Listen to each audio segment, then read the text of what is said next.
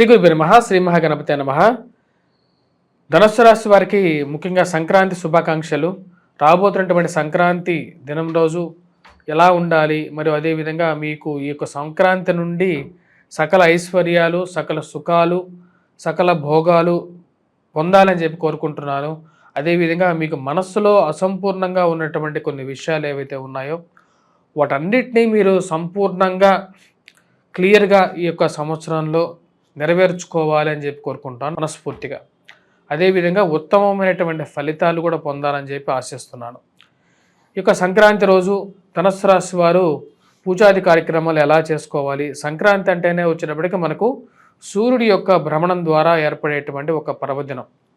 సూర్యుడు ఉత్తరాయణ పుణ్యకాలంలోకి ప్రవేశించడం ద్వారా మనకు ప్రతి ఒక్కరి జీవితంలో వెలుగునివ్వగలుగుతాడు. అంటే సూర్యుడు ఎప్పుడైతే, సూర్యుడికి ఎందుకు అంత వెలుగు అంటే మన భూమండలంలో ప్రతి జీవి జీవించేది ఆ యొక్క సూర్యుడి యొక్క దయ వల్లే.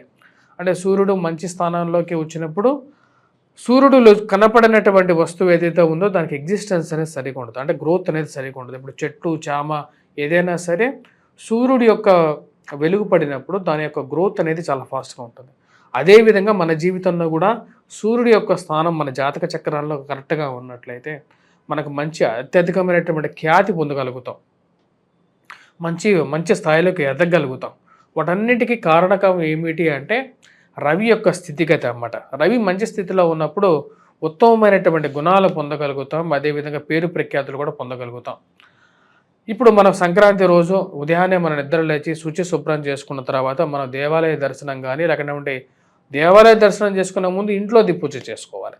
ఇంటిలో పూజ చేసుకునే ముందు సూర్యోదయం జరిగేది 5:30 సమయానికి మనం ఇంట్లో ఉన్నటువంటి వారందరం ఒక పళ్ళెంలో అర్ఘ్యాన్ని సమర్పించడం, అంటే నీటిని వదిలిపెట్టడం, అంటే సూర్యుడికి మనం నీటిని తర్పణం చేయటం అనేది ముఖ్యం. తామ్ర పాత్రలో అర్ఘ్యాన్ని సమర్పించినట్లయితే అత్యధికమైనటువంటి ఫలితం పొందగలుగుతారు. అంటే తామ్ర పాత్ర అంటే రాగితో చేసినటువంటి వస్తువు ఉన్నట్లయితే మంచిది. అది లేకపోతే వేరే పాత్రలో అయినా చేయొచ్చు.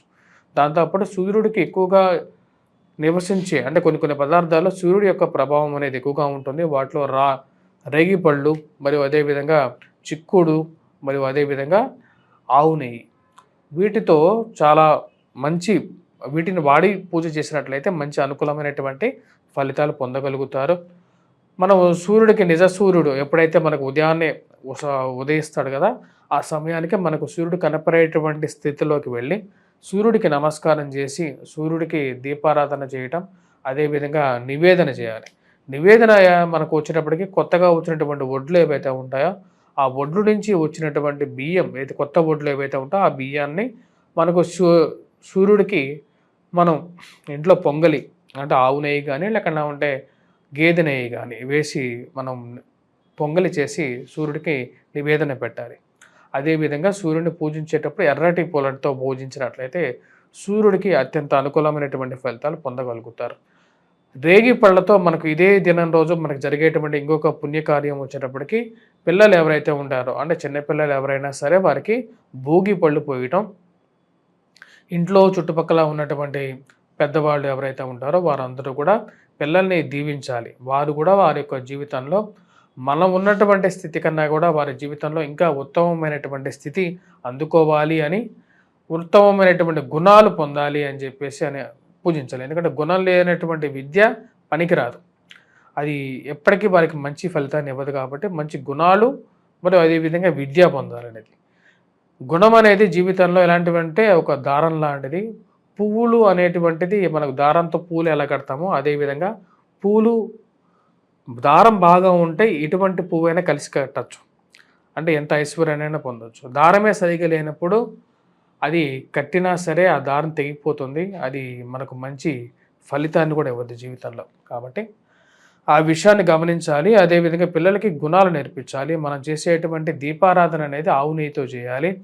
ఆవు నెయ్యితో చేసేటువంటి ఏదైతే దీపారాధన ఉందో అది మనకు పరిపూర్ణమైనటువంటి ఫలితాలు, ఒక పాజిటివ్ ఎనర్జీ అనేది వస్తుంది. ఇంట్లో మనం ఎప్పుడైనా గమనించండి, ఇంట్లో 2 పూట్ల చేసేటువంటి దీపారాధన అనేది ఎంత అనుకూలమైనటువంటి ఫలితాలు ఇస్తుందో అనేది ఎప్పుడైనా గమనించారా మీరు?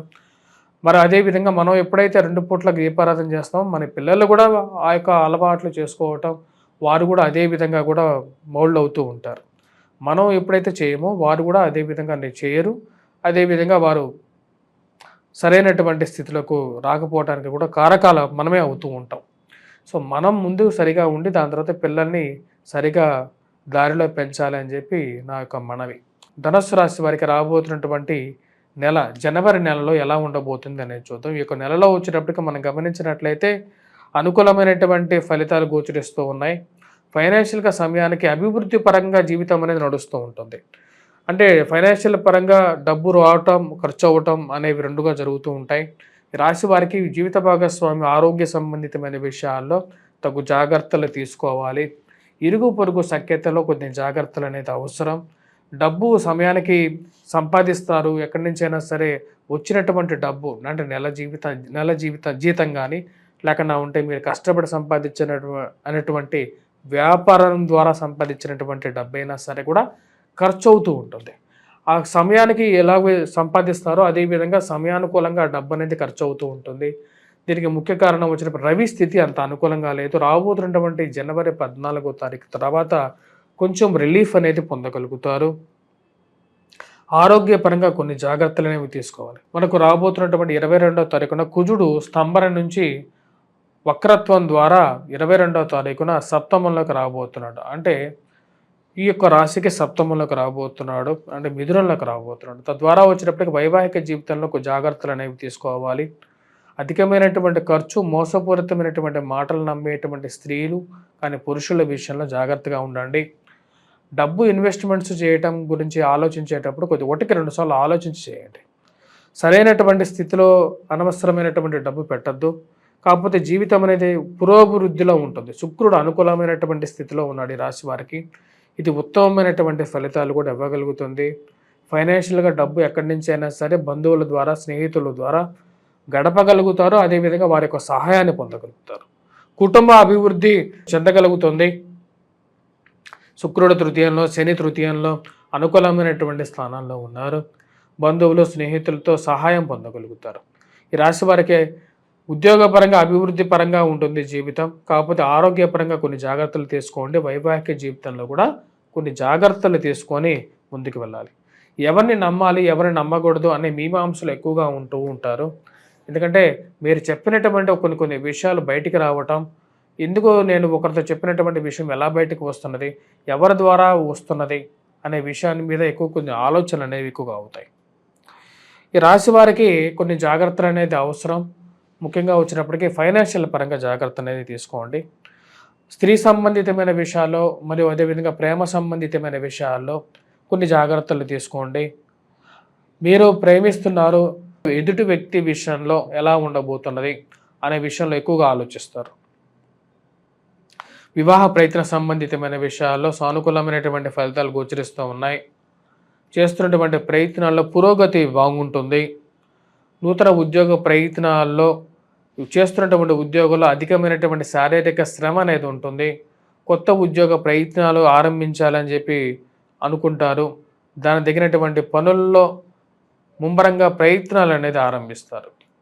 ఈ రాశి వారికి ఈ నెలలో చేసుకోవాల్సినటువంటి పరిహారాల్లో ముఖ్యంగా వచ్చినప్పటికీ కుజగ్రహ ఆరాధన అనేది చేసుకోవాలి. కుజుడు అంత అనుకూలమైనటువంటి ఫలితాలు ఇవ్వట్లేదు. ఆరోగ్యపరంగా శారీరకంగా కూడా కొంచెం ఎక్కువగా ప్రెజర్గా ఉండే విధంగా ఉంటుంది. కాబట్టి హనుమాన్ చాలీసా ఎక్కువగా చదవండి రోజుకి, ప్రతి ఒక్క రోజు. మరియు అదేవిధంగా సింధూరాన్ని ధరించండి, సూర్యుడికి అర్ఘ్యాన్ని సమర్పించండి. సూర్యారాధన అనేది కూడా చేయాల్సినటువంటి ముఖ్యమైనటువంటి సూచన. రాజకీయంగా ఎదగడానికి మీరు చేస్తున్నటువంటి ప్రయత్నాల్లో అవరోధాలు అనేవి ఎక్కువగా గోచరిస్తూ ఉన్నాయి. కాబట్టి ఈ రాశివారు యొక్క పరిహారాలు అనేది చేసుకోండి. విద్యా సంబంధితమైన విషయాలు ఈ రాశి వారికి కొంచెం మిశ్రమమైనటువంటి ఫలితాలు గోచరిస్తూ ఉన్నాయి.